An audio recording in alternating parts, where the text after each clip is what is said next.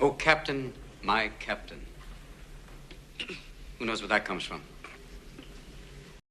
Hi there, hope you are doing fine.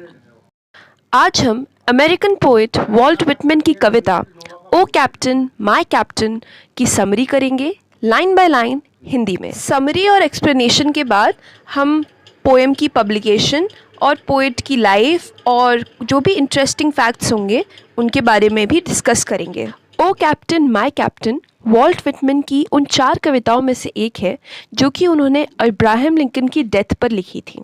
Ibrahim Lincoln, हमने कहीं ना कहीं इनका नाम ज़रूर सुना होगा। ये यूएसए यानी यूनाइटेड स्टेट्स ऑफ अमेरिका के 16th प्रेसिडेंट थे और ये अमेरिकन हिस्ट्री के सबसे महान लोगों में से भी एक थे। यहाँ पर एक गौर करने वाली बात है कि वॉल्ट विटमैन हमारे पोएट ने इब्राहिम लिंकन को 1-2 बार देखा तो था, लेकिन उनसे कभी मुलाकात बातचीत नहीं की थी। लेकिन फिर भी वो उनकी पर्सनालिटी से इतने प्रभावित थे कि उनकी डेथ यानी कहें असैसिनेशन, उनको भी जैसे महात्मा गांधी को नाथूराम गॉडसे ने मार दिया था, वैसे ही इब्राहिम लिंकन को भी एक एक्टर जॉन विल्क्स बूथ ने असैसिनेट यानी मार दिया था। हमारी आज की poem O captain my captain बहुत ही फेमस है। अब कैप्टन अगर वर्ड सुनते हैं तो हमें याद आता है लीडर, जैसे कि क्रिकेट टीम का कैप्टन।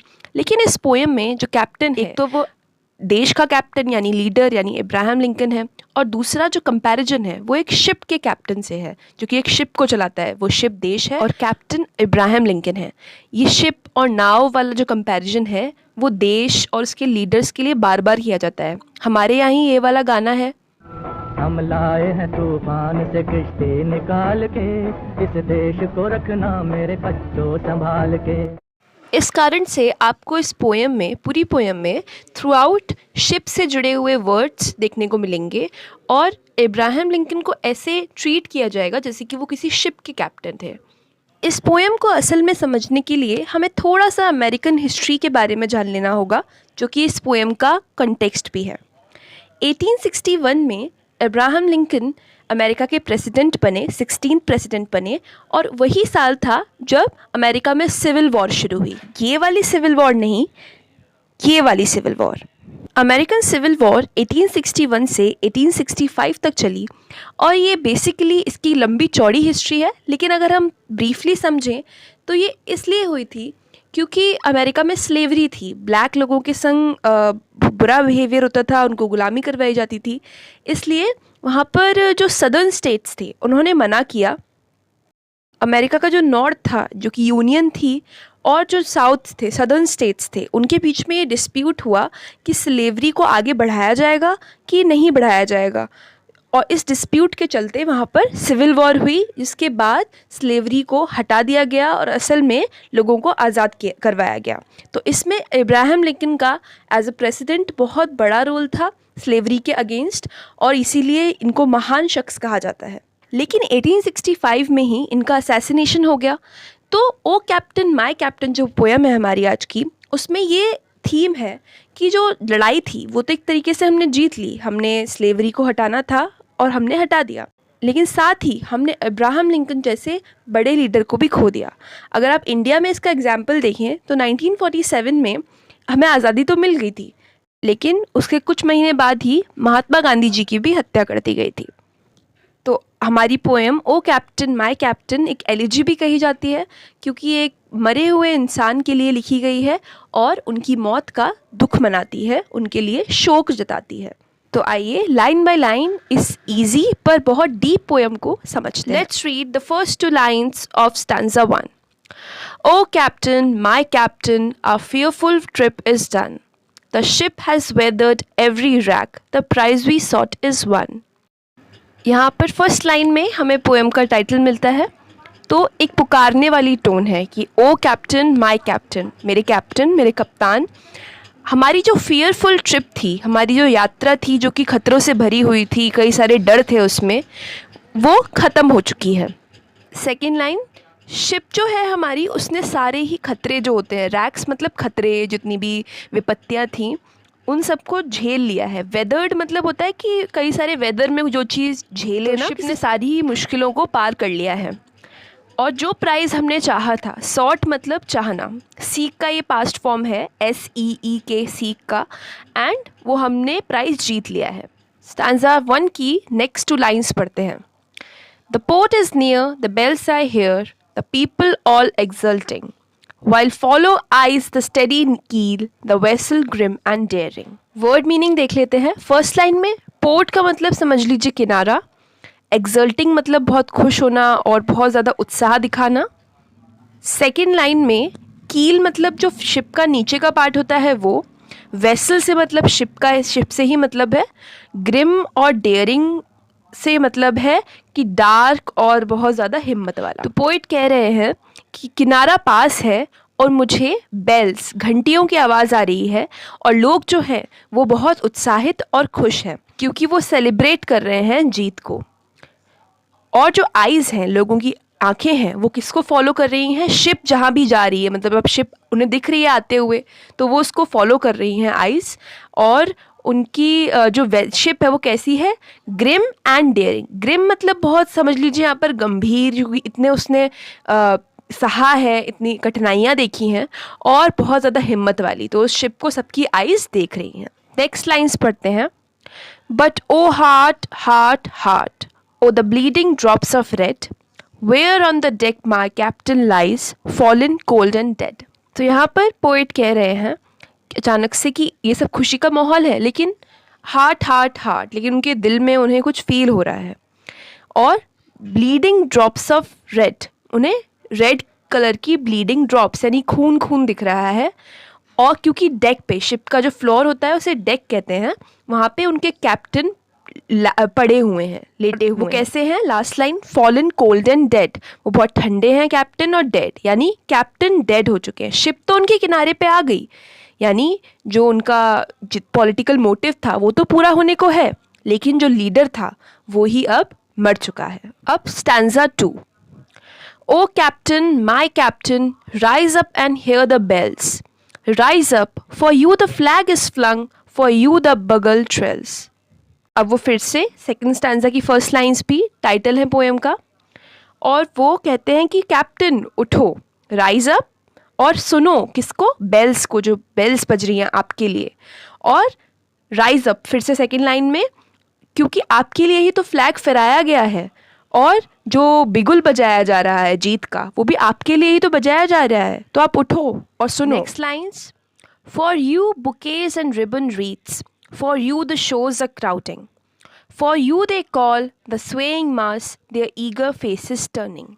पोइट कहते हैं कि आपके लिए ही तो सारे बुकेज, फूल यानी, और रीट्स होते हैं, जो एक फ्लावर्स का जो बैंड बनाया जाता है ना, जो कि कई बार सर पे भी पहन लेते हैं, तो वो, और वो रिबन, जो वो फ्लावर्स हैं, फ्लावर के बैंड्स हैं, वो आपके लिए ही तो आए हैं. और पूरे शोर पर, यानी शोर मतलब किनारा, उस पर क्राउड है, भीड़ है, वो आपके लिए ही तो है. सेकेंड लाइन में है, वो कह रहे हैं आपके लिए ही तो वो बुला रहे हैं, आपका नाम ही तो वो पुकार रहे हैं. और स्वेइंग मास, जो मास मतलब यहाँ पर लोग जो हैं, इतने सारे लोग जो इकट्ठे हुए हैं, जो इधर से उधर स्वे कर रहे हैं, हिल रहे हैं, वो आपके लिए ही तो देख रहे हैं. और उनके जो ईगर यानी उत्सुक, उनके जो फेसेस हैं, चेहरे हैं, वो ऐसे टर्न कर करके आपको ही तो देख रहे हैं, आपको ही तो ढूंढ रहे हैं. Next lines. Here captain, dear father, this arm beneath your head, It is some dream that on the deck you have fallen cold and dead.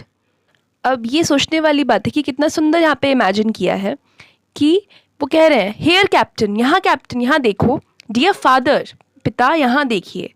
अब वो अपनी आर्म को उनके हेड के नीचे ऐसे रखे हुए हैं वॉल्ट विटमैन. अब देखिए असल में तो नहीं रखा होगा, लेकिन वो ऐसे इमेजिन कर रहे हैं कि लिंकन मरे हुए हैं और वो अपनी आर्म से उनको ऐसे सहारा दे हुए हैं उनके हेड को. और वो कह रहे हैं देखो मैं अपनी आर्म रखा हुआ हूँ आपके हेड के नीचे. और वो, उन्हें विश्वास नहीं हो रहा कि अब लिंकन नहीं रहे, कैप्टन नहीं रहे. तो कह रहे हैं कि ये ड्रीम ही है, ये कोई सपना ही है, ये असल में नहीं हो सकता कि you have fallen cold and dead. ये पिछली स्टैंजा का भी लास्ट लाइन्स थे, you have fallen cold and dead, कि आप मर गए हैं, ये असल में नहीं हो सकता, ये सपना है. Now stanza 3 and the last stanza. My captain does not answer, his lips are pale and still. My father does not feel my arm, he has no pulse nor will. पिछले स्टैंजा में हमने देखा कि poet कह रहे थे कि captain देखिए, लेकिन इस वाले स्टैंजा में वो कह रहे हैं कि मेरे कैप्टन आंसर ही नहीं कर रहे हैं, मुझको कुछ जवाब ही नहीं दे रहे हैं, और उनके जो लिप्स होंठ हैं वो पीले पड़ चुके हैं और बिल्कुल स्टिल हैं, ठहर चुके हैं, वो कुछ भी बोल नहीं रहे हैं। सेकंड लाइन में बोल रहे हैं कि मेरे पिता, कैप्टन को वो फादर भी बोल रहे हैं लगातार, उन्हें मेरी आर्म जो कि मैंने उनके सर के नीचे रखी हुई है वो फील ही नहीं हो रही है, और उनकी कोई पल्स रह गई है, उनकी नब्स नहीं चल रही है, ना ही उनके में कोई विल दिखती है, जीने की कोई चाह दिखती है। Next lines, the ship is anchored safe and sound, its voyage closed and done, from fearful trip the victor ship comes in with object one.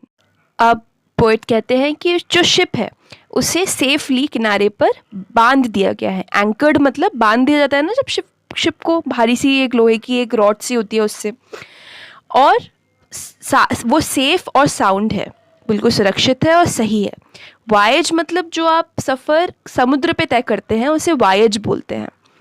तो वो सफ़र ख़त्म हो गया है और अब नहीं आगे जाना, और जो ये डरावना और कितना मुश्किलों से भरा सफ़र था, फियरफुल ट्रिप थी, उससे जो विजयी शिप है, विक्टर शिप मीन्स जो शिप जिस शिप की जीत हो चुकी है, वो जो उसे जीतना था, ऑब्जेक्ट वन मतलब जो उसे जीतना था वो जीत कर आ चुकी है।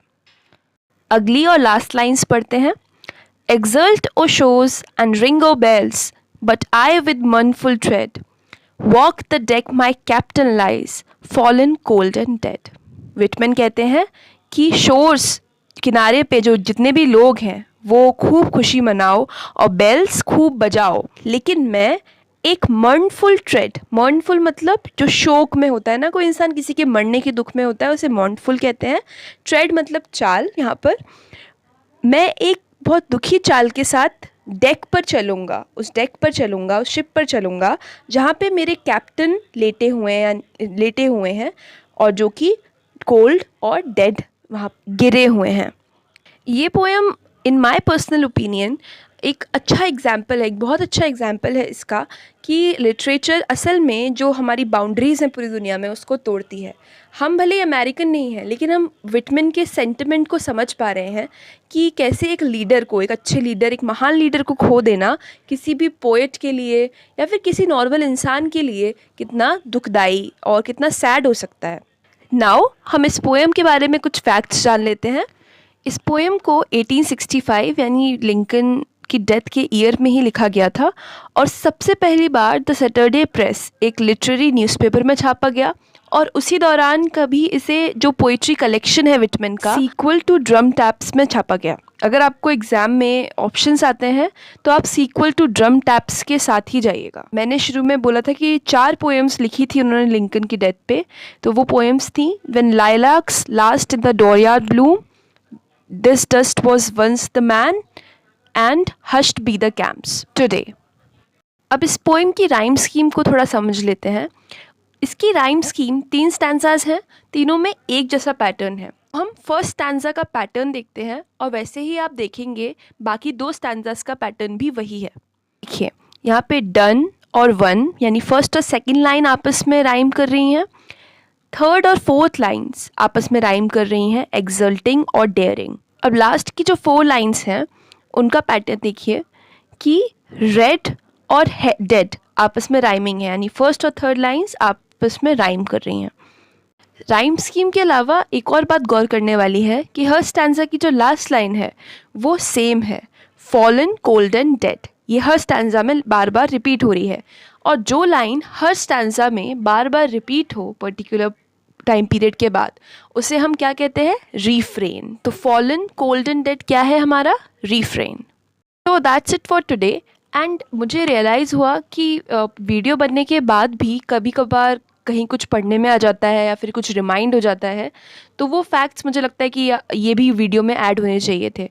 तो आई हैव डिसाइडेड कि मैं डिस्क्रिप्शन में या फिर तो जो पिन कमेंट होता है उसमें जो भी फैक्ट्स मुझे नए लगेंगे और पोएम से रेलेवेंट और इम्पॉर्टेंट लगेंगे तो मैं वहाँ पर ऐड करती रहा करूँगी, और इससे आपको एक जगह पर काफ़ी मटेरियल मिल जाएगा। Okay, take care and like, share and subscribe. Bye. Take care.